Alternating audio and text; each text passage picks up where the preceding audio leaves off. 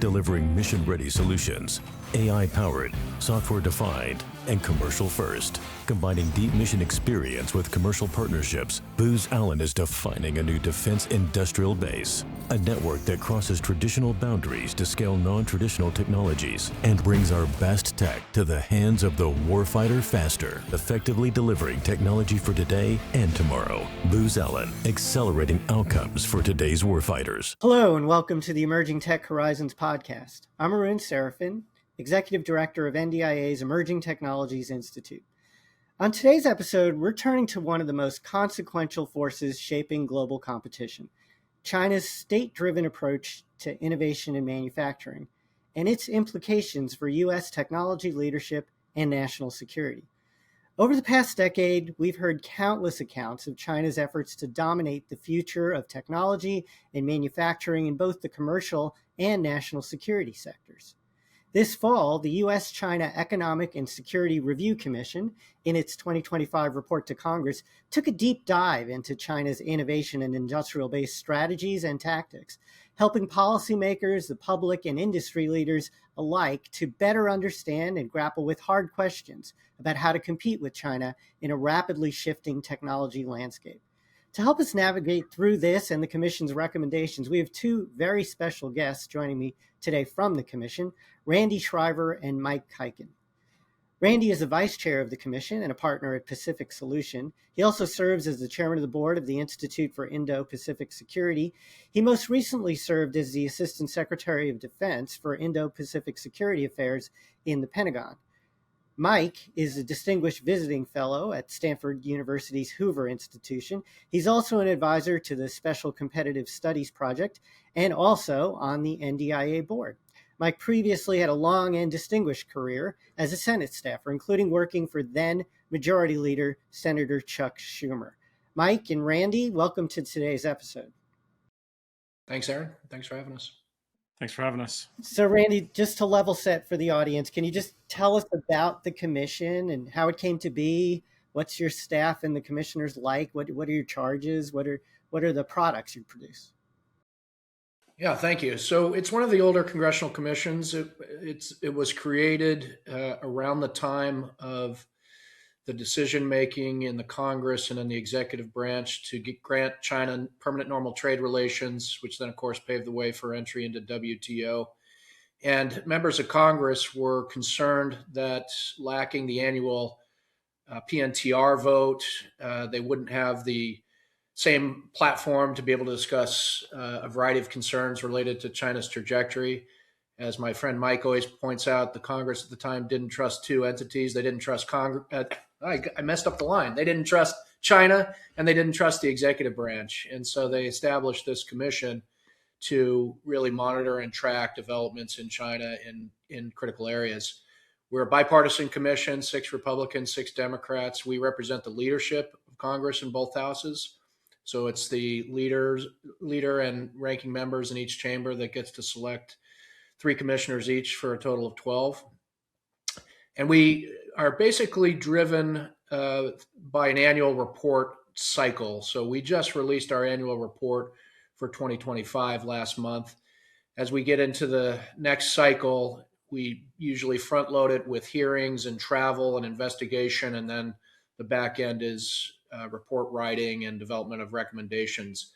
I think over the stretch of time since 2001, we have a pretty good track record of Congress picking up our recommendations and becoming legislation. And I think we've done a particularly good job at the over-the-horizon issues, not really working off the inbox or competing with congressional staff on developing recommendations in the here and now, but really trying to look around the corner and see what issues are emerging and try to really kind of give ideas for future legislation, because our report comes out at the end of a calendar year.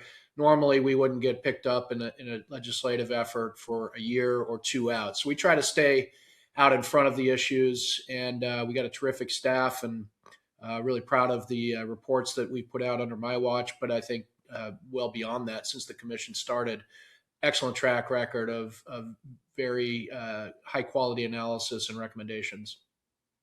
Arun, one of the things you'll appreciate is that the NDAA, which you and I are intimately familiar with, actually carried one of the commission's recommendations from a few years ago, an outbound investment screen. So that's in this year's bill. There have been several runs at this particular piece of legislation, but it's included in this year's bill. And the reports, your hearings, all of that's publicly available. People can find it. We'll drop links to some of that stuff into the description box to this podcast. As I understand it, you've got this publicly facing side, but you also do some classified recommendations as well. Do I have that right?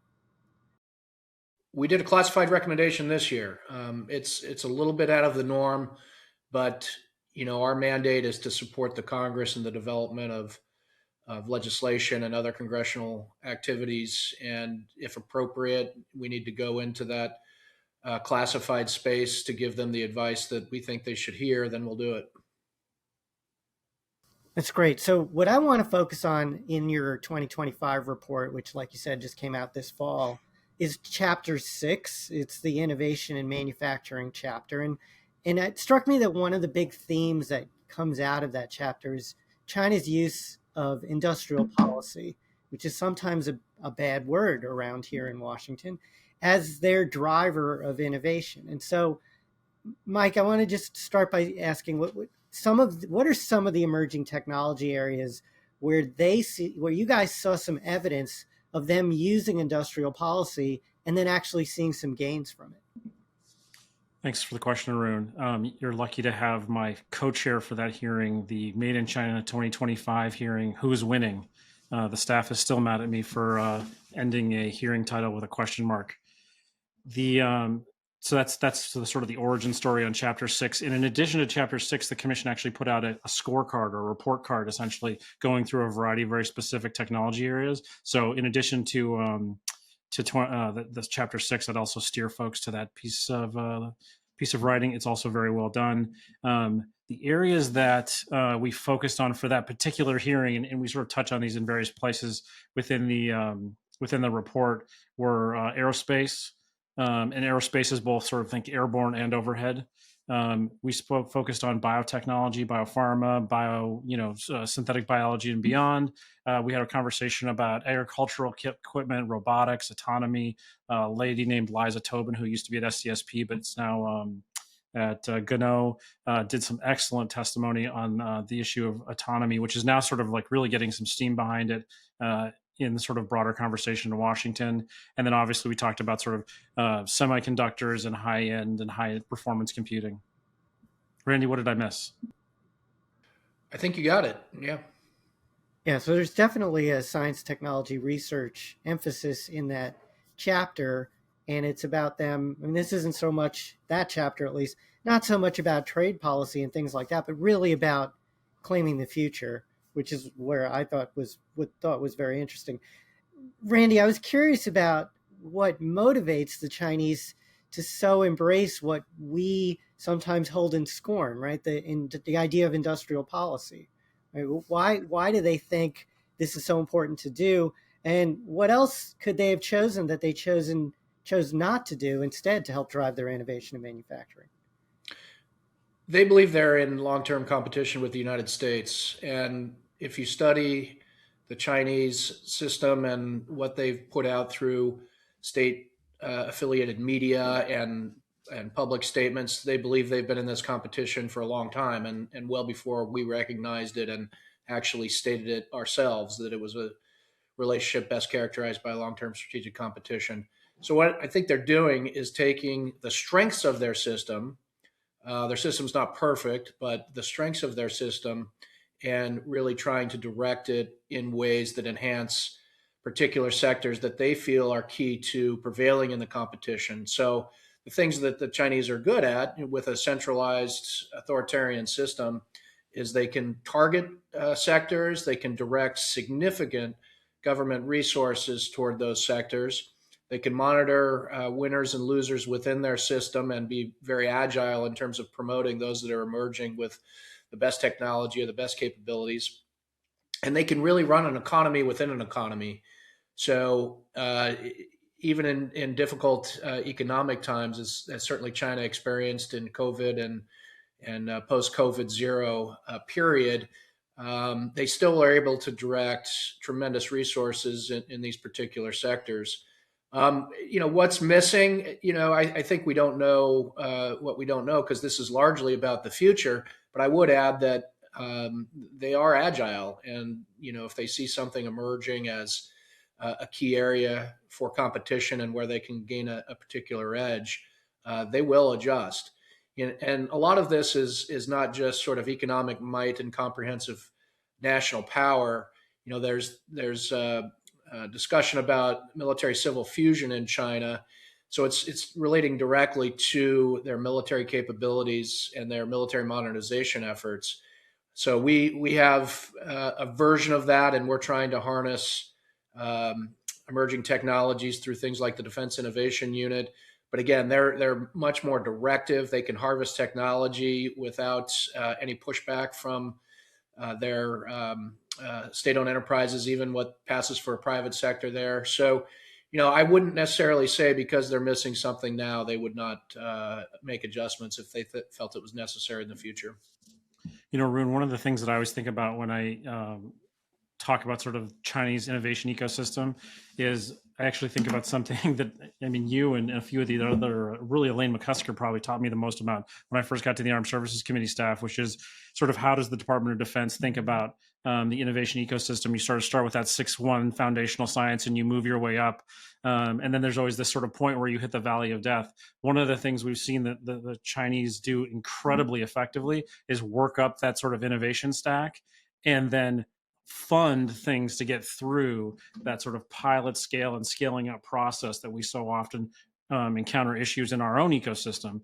And that has been one of the success stories of their industrial sort of commons that they've built out, that going from pilot or from idea really to pilot to scale and doing it on a variety of verticals and making sure that sort of money is not the problem. Really, it's whether or not you have the manpower to do it and the money to do it. And so that's the way they've fueled this cycle. As we thought about things like crossing the valley of death and supporting basic research, the easier part of all of these conversations for us was just more appropriations in the right place. Where we got stuck, and the conversation has matured certainly in the last couple of years, is on the more clever industrial policy interventions that you touch on here. So tell me about their potential use of things that we're considering to use more now, like loans and subsidies and protectionist style measures or tax credits, or are they using equity investments? Is there more cleverness in the tools they're using now beyond the funding that you think we might be able to replicate? The reality is that all the tools that they are using, we have at our disposal within the Defense Production Act. It's just whether or not political leaders in either party at any given time are prepared to make the political decision to do that.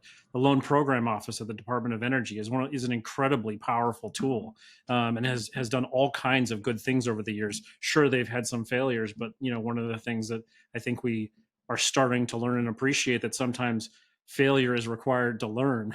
And so we're starting to get better about that. But you're absolutely right, Arun. We obviously poured a lot of money into the CHIPS and Science bill, and it was not just cash, but there were also tax incentives in there as well. And so I think we're getting better at using the tools that we've always had in the toolbox. We've just always been a little bit cautious to use. One of the things we mentioned in the report is the USDA's Bio Preferred program. This is a program that provides price preferences for certain materials. Buried in that program, there's also a loan guarantee program for bioproducts. And so, again, it's not that we don't have the tools, Arun, it's just a willingness to use them. And so I think we need to sometimes stop self-deterring in sort of the innovation ecosystem when we're trying to drive certain sectors ahead, especially as they relate to the sort of the key areas of competition. And we sort of all know what those are, right? Quantum is an incredibly important thing. Biotechnology is an incredible important area. And you can go down the list, but we sort of know where these areas are, and there needs to be sort of a laser-like focus in making sure that we invest in these spaces in a thoughtful way. Investing does not always mean just money. Sometimes it means loan guarantees. Sometimes it means purchase guarantees. Sometimes it means other things. And using those tools is not something we've always been terribly good at. The other thing I saw you highlighting in there that we've talked about and never achieved, we've used the word, is industrial commons. We've used the word commons over and over again, most recently maybe in chips and science on microelectronic commons, right? What is, when you talked about the Chinese using industrial commons, what do you mean by that, and how is it helping them? Well, I'll jump in again. It's really the strengths of their system and their ability to be directive. To the extent we develop commons, or sometimes described as ecosystems, it's more of an organic phenomena where, because of the development and evolution of particular technologies or end use products from technologies, you start to get an ecosystem, sometimes geographically concentrated. But for the Chinese, they can be more directive, and they can really direct resources and entities to work on common problems and to really focus their efforts on the advancement in particular technology areas. So the again, I'll take our system, 9 times out of 10, but they do have some strengths, and they're good at playing to their strengths. I mean, the other sort of way to think about it, Arun, is that it's a flywheel, right? And if you cluster these things together, if you think about ensuring that you sort of have a strategic objective or a North Star in a potential area, you can really push technology ahead, and that gets a flywheel going. And there's, oftentimes there's sort of the primary benefit, but there are also sort of secondary and tertiary benefits. One of the things that we highlight in the report is in the area of synthetic biology, right? The original Made in China 2025 plan said we're going to go all in on pharmaceuticals. Okay. And so the Chinese went all in on pharmaceuticals, and we're seeing that they've done some very impressive things. The sort of secondary, maybe tertiary benefit of that is, in order to get really good at it, you need to get good at sort of biotechnology broadly. In order to do that, you sort of by accident or by design build out an infrastructure layer that allows you to advance in all areas in biotechnology, not just pharmaceuticals. So all of a sudden now in the synthetic biology space, we're seeing the Chinese do some very impressive research and some very impressive developments that are going to really make the competition in the broader synthetic biology space incredibly complicated for the United States. Yeah, so I want to touch on a couple of those things that both of you brought up, but I want to drag this into the so what part of the conversation. So let's talk a bit about what the commission is actually recommending that we do, the US does, including both the Pentagon side and the congressional side, in terms of innovation policy, in terms of industrial policy for these emerging technology sectors, particularly aimed at national defense. So I love the way you guys wrote this chapter 6, or your staff wrote it. There's so many of these interesting vignettes and boxes that talk about real companies. It's not like a think tanky high level policy document, though it's got a lot of policy foundations and real recommendations, but it really tells you some crisp, nice stories. And so one, just touching on what Mike just mentioned, you talk about the synthetic biology park in Shanghai and how the Chinese are physically clustering these innovation centers with private life science companies, in this case with university labs, and making it even difficult for global companies to operate without some kind of Chinese presence, right?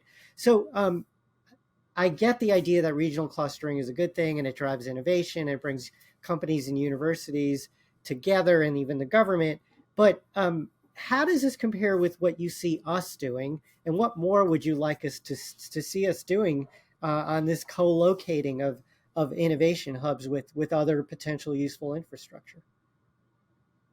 I mean, you'll remember, Arun, that in the Chips and Science Act, we included this concept of tech hubs. So we're trying to get after this here in the U.S. The funding levels are just not high enough, though, is the sort of bottom line. And the willingness to build facilities is also not high enough. This is one of the things that we pushed hard on in the Chips and Science debate. And we did get a lot of resources, but all of these things need pretty dramatic investments, which sometimes it is hard to get out of the appropriations process. So I think one of the things that we see the Chinese doing, and we just we do it, but not at the scale that they're prepared to do it, is money, pouring money into test facilities, into laboratories, and all of the things that we all know are required to drive innovation ahead. And, Arun, you took me on some of my first trips on the Armed Services Committee, visiting these Army research development and engineering centers across the country. These places were built 80 years ago in most cases, during or right after World War II, and they haven't had the refresh key hit on them in years. If you visit the national labs, they are incredible places that do incredible work. A lot of them are very old facilities, as you and I both know, and I'm sure Randy does too. So hitting the refresh key on the infrastructure layer of American innovation is also part of the thing that we need to do. And the private sector obviously plays a role here, but there is a critical role that the government plays. And we've talked about some of those things already: money, loan guarantees, purchase guarantees, and the other things we've walked through earlier. And so I think the thing that we see the most is just the scale of the investment is outpacing our willingness to invest. The other thing I would say is, none of these things happen without people, Arun, and we've talked about workforce issues over the years, and it's an important issue. The Chinese do an incredibly effective job of allocating people, and obviously their system sort of allows for them to do this in a way that the American system does not. One of the really interesting things that we learned on a trip where we focused on sort of quantum information sciences is that there's multiple pathways to a quantum computer. No one has sort of agreed on what the most likely pathway is to the first quantum computer that's going to, break the public key encryption. And so we have, people in our universities pursuing all of the pathways. In China, they've decided they're going all in on superconducting. And so our innovation system is rich with ideas, rich with great minds, but no government entity has said we're going all in on supercomputing or all in on trapped ion or all in on topological. I'm not saying that's as a criticism, just as observation of differences in the systems that you were sort of having us pull the string on in the beginning. Randy, what did I miss that time? Well, I just say, if you telescope back out for a moment and look at big picture, 10 years ago, if you talk to the best and brightest China analysts in the United States and have them describe Chinese innovation, to a person, most of them would have said, well, the Chinese are fast followers. They steal tech, they demand tech transfer through JV arrangements, but they're fast followers. And even if they're fast followers, they're still followers. And there was a complacency that I think set in related to that we had an innovation model that was unbeatable. Well, the fact of the matter is, particularly in the areas where they've chosen to concentrate through programs like Made in China 2025 and other government efforts, they're highly competitive in innovation, and they are now in a mode of self-sustaining innovation. And they're still stealing IP, they're still stealing technology, they're still incorporating all those methods into their innovation model. So we have to pick up our game in a variety of ways. People talk about run faster or thwart the Chinese, slow them down. We got to do both. And on export controls, I think there's some troubling developments that we've seen recently. We have to really remain vigilant on controlling the technology that we can and working alongside allies and partners in that regard. But I think what Mike was just talking about, the run faster side, we can do more from the government standpoint through public-private partnership, through supporting foundational research at universities. All of this, this is really one of these all of the above kinds of problem sets. One of those areas where you talk about running faster is quantum. And you recommend something you call Quantum First 2030. Can you tell us what drove that recommendation? What does it entail? Commissioner Leland Miller and I were determined to go learn more about quantum this year. We had a very short recommendation on it last year, and the recommendation was basically the United States and sort of friendly and allied countries need to think about vertical integration in the quantum ecosystem. And we lay out, obviously, that quantum is sort of three things. Everyone says quantum, and they think they mean computers. It's obviously sensing, communications, and compute, right? So one of the things the commission tries to do at all times is sort of like improve literacy, right? And so in the quantum space, we were sort of focused on one, improving literacy, and then two, figuring out like, okay, like what are we actually doing in the United States and where are the opportunities? So we did a trip out to the West Coast. We visited with Caltech, Amazon, Google, UCLA, Hughes Research Lab, and I'm sure I'm missing somebody. But it was an absolutely fantastic visit, and we were able to sort of explore all of the opportunities in communications, sensing, and compute. One of the things you sort of learn is that there's a lot going on in the quantum ecosystem. It's a very small community of people, but there's a lot going on, and there's a lot of really impressive energy behind it. The other thing you sort of learn is, and I sort of mentioned this in the last question, is there are multiple pathways to a quantum computer, and we're doing a lot of good work in each of those areas. The other thing that I think we learned is that the Google program, which has had some pretty impressive developments over the past year, is really starting to move ahead in this space. And one of the things we did last year was recommend that the United States government take on a Manhattan Project-like approach to the race to artificial general intelligence. We got a little bit of criticism on that one. We were a little bit ahead of the curve, obviously. The lesson we took, though, from it is that sometimes you just need to give sort of a strategic North Star to policymakers. And so the idea behind this report is, or this particular recommendation was saying, okay, folks, quantum is important. Quantum computing is especially important. And we think, just based on sort of what we've learned over the last little while, is that there are investments that can be made in materials, in fridges, in fabrication, and in tools. And obviously, there's a lot of science and engineering that go into this. But we think the United States can get there by 2030. And it's going to be a race, and we need to move quickly, and we need to invest. And so the primary part of the recommendation, in addition to sort of saying 2030 should be our objective, we need to think about investing in the places that I talked about in a fairly significant way. And then the other takeaway was hardware is important, but software is too. And when you visit with a lot of the folks in the quantum ecosystem or quantum community these days, there's some conversations about software, but not sort of a focused objective on delivering software. So one of the things we had in there was the idea of creating sort of a software institute in the quantum space, and to sort of build that out in a very significant way. I think the other important thing about this recommendation, quantum first, is the first part. There are certain areas where first mover advantage is not just a step ahead and then we go forward, always a step behind. First mover advantage in the area of quantum could be extraordinary and could lead to all kinds of negative outcomes, including all this data they're hoovering up right now that they can't really access without the power of quantum. That can happen instantly day one if they actually crack the technological hurdles. So first mover advantage here is extraordinary, and that's why we thought it was important to list it as a quantum first initiative. Yeah, and one of the things we say, Arun, is that we made this recommendation with the assumption that the Chinese are potentially further ahead than they're talking about publicly in the quantum ecosystem.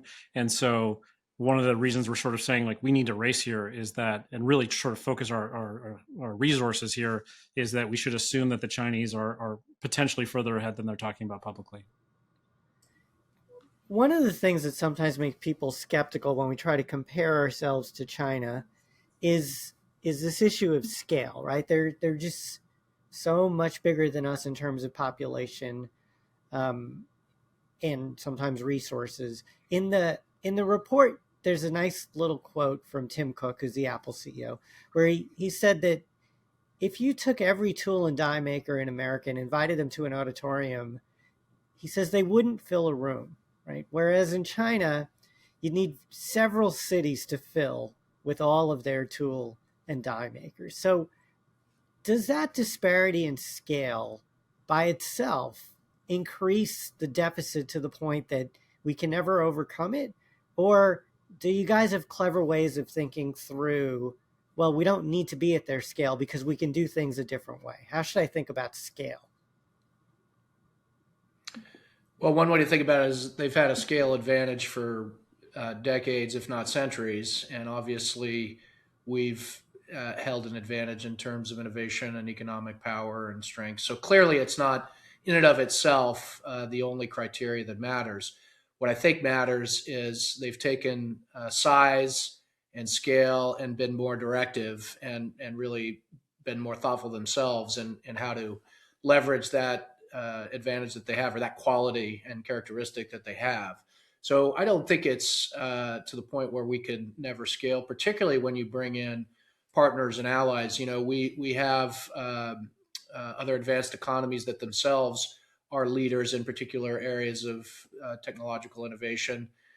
When we're partnering with countries like Japan and Korea and Australia, just in the Indo-Pacific area, Taiwan, we can start to cut that scale advantage, but also have an ecosystem that goes beyond just our country in terms of really tapping into the most creative and energetic and capable engineers and scientists, et cetera. So, I think that if we did half the things we're recommending in this report, I'd feel confident that we'd be on a better trajectory and can sustain advantages in particular areas. If we do nothing, I can guarantee you that they'll take that advantage of scale and size and completely bury us. We really need to be seized with some sense of urgency and sense of purpose. Arun, my reaction is, first of all, Apple's obviously an incredible company. I have my iPhone sitting here. Randy and I text like school kids sometimes over our iPhones, and the technology is amazing.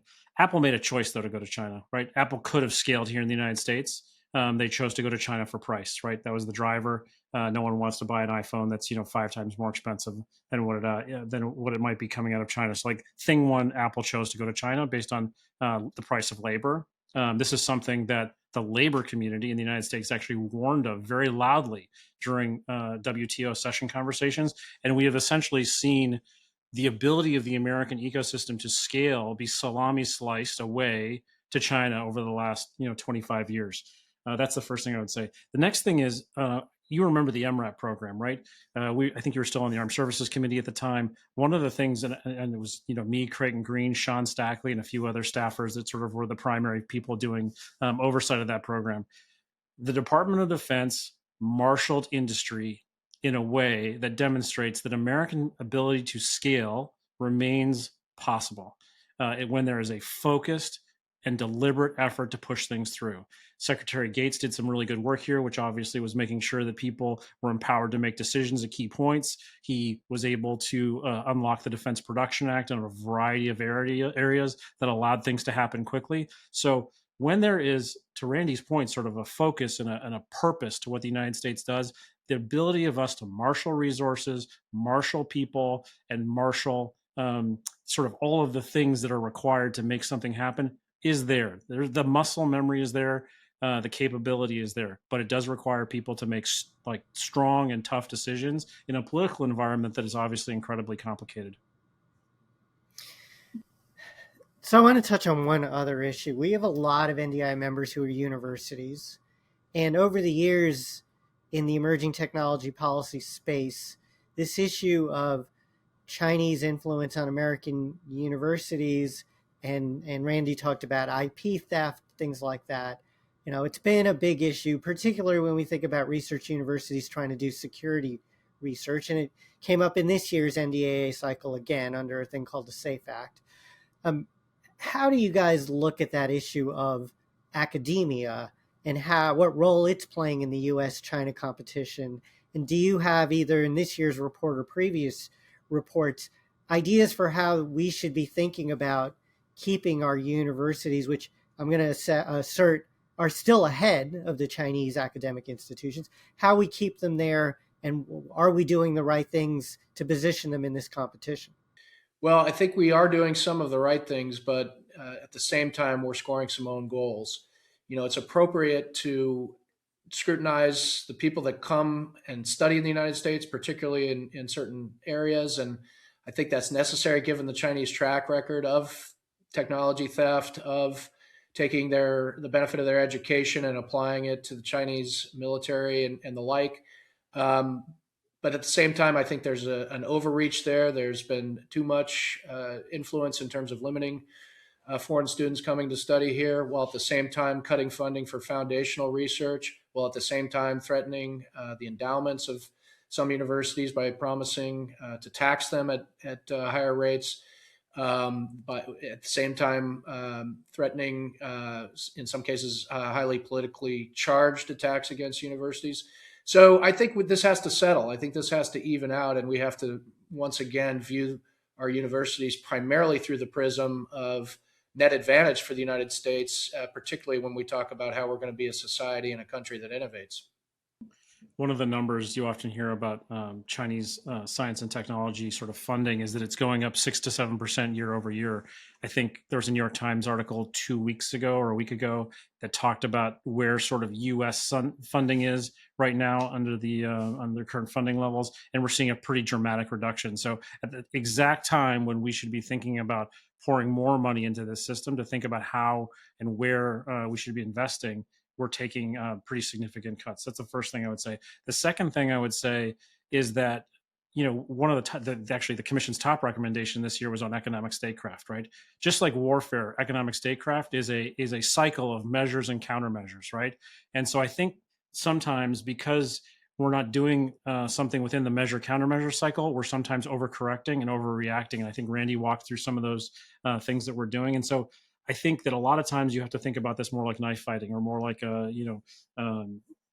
just stick with knife fighting, and sort of work through that process in a way that you recognize that your adversary is going to be constantly changing their TTPs, and that means you need to be in a position where you're prepared to respond, and you have an interagency that is agile enough and thoughtful enough to sort of work through that in a way that is quick.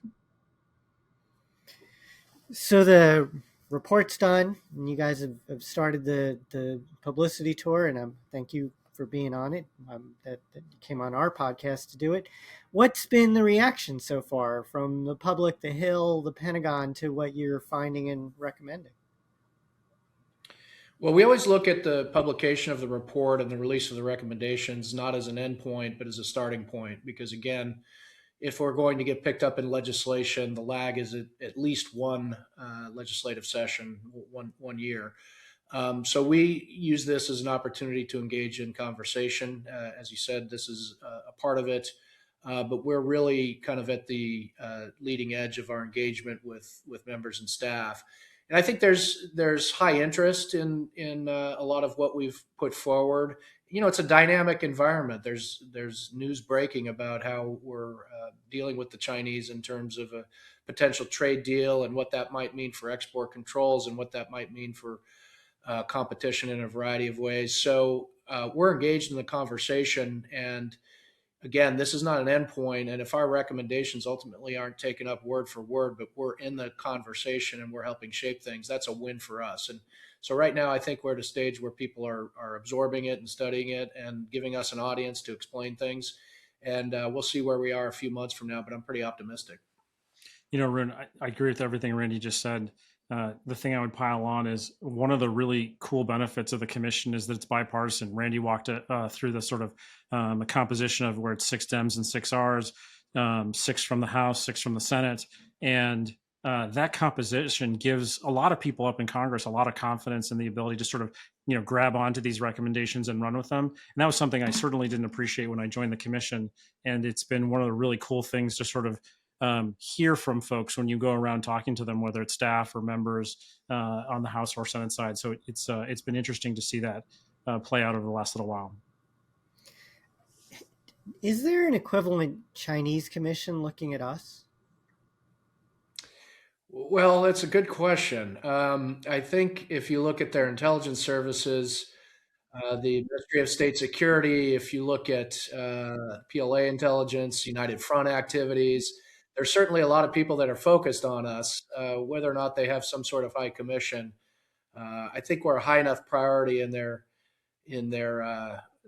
system that maybe they are all sort of charged with looking at us as a priority. It's just the day job. They don't need a special commission. Got it.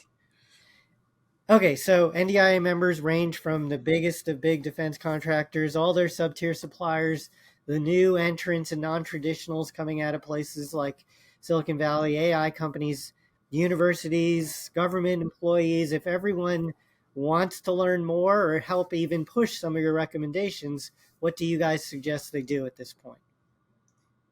We're supposed to have a hokey line here, Randy. Have we practiced it? I don't know what it is.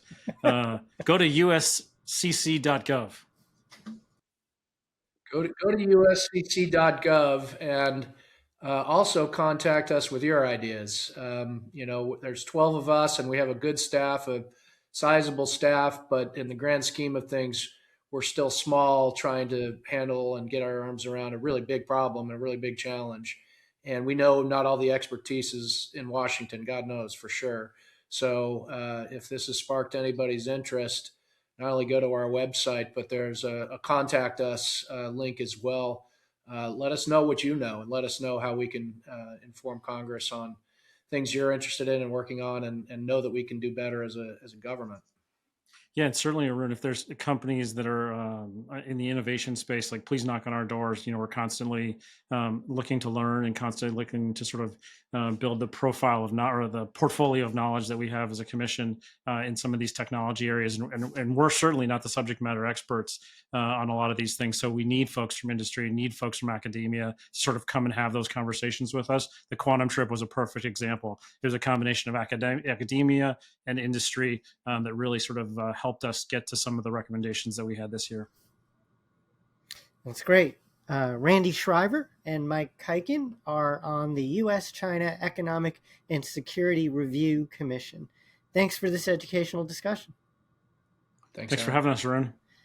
I want to thank everyone for listening to another episode of Emerging Tech Horizons. If you've enjoyed this podcast, please don't forget to give it a thumbs up and subscribe to our channel to stay up to date with all of our latest content. We're available wherever you listen to your podcasts, including YouTube. We also want to thank and extend our appreciation to Booz Allen Hamilton for sponsoring today's episode.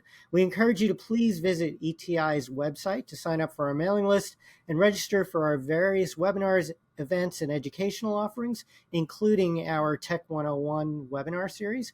A special thank you to Melanie Yu and Daniel Park for producing this episode. Thanks so much for tuning into Emerging Tech Horizons.